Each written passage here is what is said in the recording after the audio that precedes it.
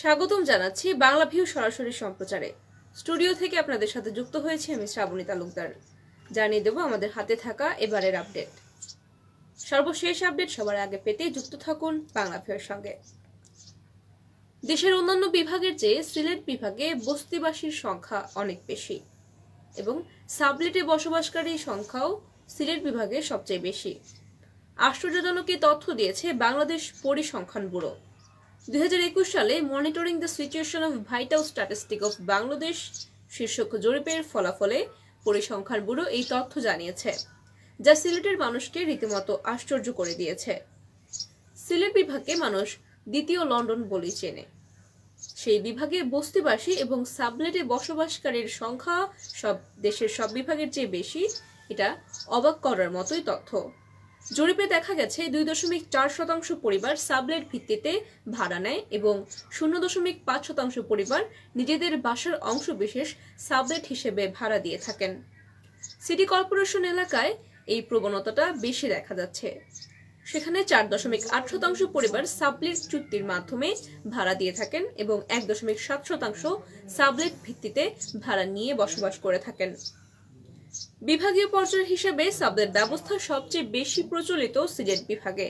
সেখানে 3.7% পরিবার সাবলেট ভিত্তিতে বসবাস করে থাকেন। এর পরের অবস্থান রয়েছে ঢাকা বিভাগ।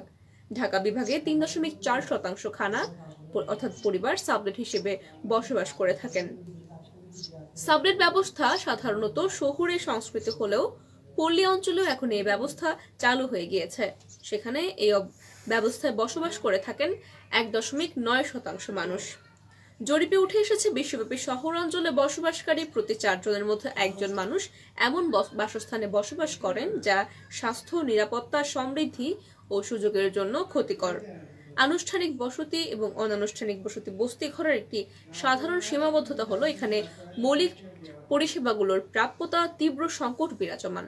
বিশ্বব্যাপী 240 কোটি মানুষ উন্নততর স্যানিটেশন সেবা থেকে বঞ্চিত এবং 200 কোটি মানুষ পানির সংকটে ভুগে থাকেন।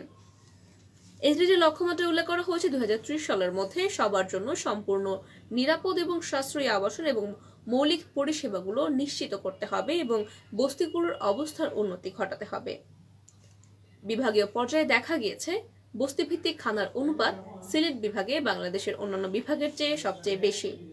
এই বিভাগে 11.2% খানার সদস্য বস্তিবাসী। এর পরের অবস্থান রয়েছে ঢাকা বিভাগ। তারপরে তৃতীয়তে রয়েছে চট্টগ্রাম বিভাগ। এদিকে সিলেটের তাহিরপুরে এক যুবককে পিটিয়ে হত্যার অভিযোগ উঠেছে। সুনামগঞ্জের তাহিরপুরে রাতের আধারে রাস্তা থেকে বাড়িতে নিয়ে গিয়ে এক যুবককে পিটিয়ে হত্যার অভিযোগ উঠেছে। নিহত যুবকের নাম সাকিব মিয়া। সাকিব উপজেলার বাদাঘাট ইউনিয়নের ঘাগুটিয়া টেকের ঘাট গ্রামের খাটো মুজিবুর রহমানের ছেলে। সোমবার 24 এপ্রিল মধ্যরাতে এই ঘটনাটি ঘটেছে। জানা যায় উপজেলার বাদাঘাট ইউনিয়নের ঘাগুটিয়া গ্রামের মুশাররফ হোসেনের সঙ্গে একই গ্রামের মুজিবুর রহমান নামের এক লোকের দীর্ঘদিন ধরেই বাগবিতণ্ডা এবং ঝামেলা চলে আসছে।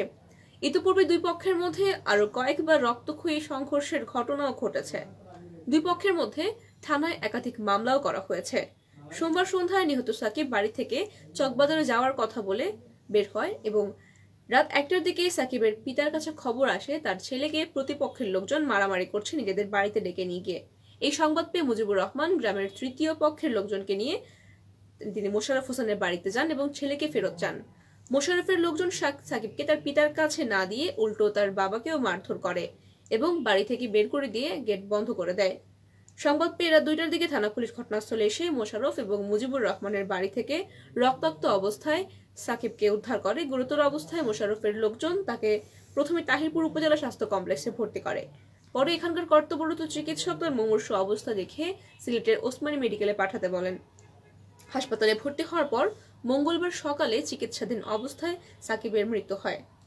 নিহতের মা তেরা বজন বেগম বলেছেন, সোমবার সন্ধ্যার দিকে চকবাজার যাওয়ার কথা বলে তার ছেলে ঘর থেকে বের হয়েছিল। পূর্বশত্রুতার জের ধরে মোশাররফের লোকজন তার ছেলেকে রাস্তা থেকে ধরে নিয়ে বাড়িতে নিয়ে গিয়ে মারপিট করে এবং তিনি তার ছেলের খুনিদের বিচার চেয়েছেন। নিহতের বাবা বলেছেন, পূর্বশত্রুতার জের ধরে তার ছেলেকে মারা হয়েছে। মোশাররফ হোসেন বিষয়টি অস্বীকার করে বলেন, গত কিছুদিন আগে তার ছোট ভাই মুশাহিদের শরীরে পেট্রোল লাগিয়ে আগুন লাগিয়ে দিয়েছিল সাকিব। পরে বিষয়টি তার বাবাকে জানালে তিনি বলেছেন তার ছেলে মানসিক রোগী, তাই তারা কোনো ধরনের পদক্ষেপ নেননি এবং রাত 1টার দিকে তার বাড়ির গেটের ভিতরে এসে সাকিব বেড়া এবং গেটে লাথি মারতে থাকে। ভিতর থেকে চিৎকার দিলে আশেপাশের মানুষ ডাকাত বলে এগিয়ে আসে এবং তাকে মারধর করে। এক পর্যায়ে তার বাবা এসে চিকিৎসার জন্য তাকে হাসপাতালে নিয়ে যান। তাহিরপুর থানার অফিসার ইনচার্জ সৈয়দ ইফতেখার বলেছেন, সাকিব নামে একজনকে প্রতিপক্ষের লোকজনের বাড়িতে পিটিয়ে হত্যার কথা শুনেছেন তারা। ঘটনাস্থলে পুলিশ রয়েছে এবং এই ঘটনার সঙ্গে জড়িতদেরকে গ্রেফতার চেষ্টা চালাচ্ছে পুলিশ।